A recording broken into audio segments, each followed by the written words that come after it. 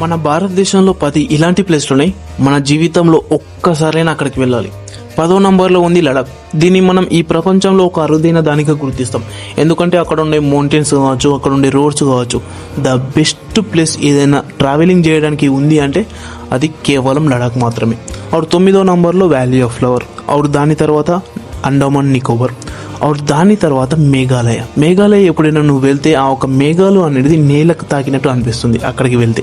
और దాని తర్వాత రన్ ఆఫ్ కచ్. और దాని తర్వాత వారణాసి.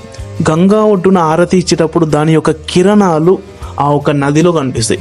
అప్పుడు ఎలా ఫీల్ అవుతుందంటే ఆ ఒక స్వర్గం అనేది కిందికి వచ్చినట్టు. और దాని తర్వాత ఉదయ్పూర్.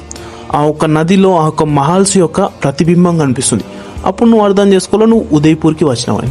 और దాని తర్వాత కాశ్మీర్కి ఒక్కసారైనా వెళ్ళాలి. ఎందుకంటే ఆ ఒక్క నేచర్ కావచ్చు చాలా అందంగా ఉంటుంది. और దాని తర్వాత కేరళ.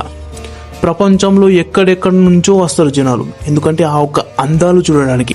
ఎందుకంటే ఆ ఒక్క నేచర్ చాలా అందంగా ఉంటుంది. और మీ ఫ్రెండ్స్ని ట్యాగ్ చేయండి ఎవరితో అయితే మీరు ఈ ప్లేస్లకు వెళ్ళాలనుకున్నారో.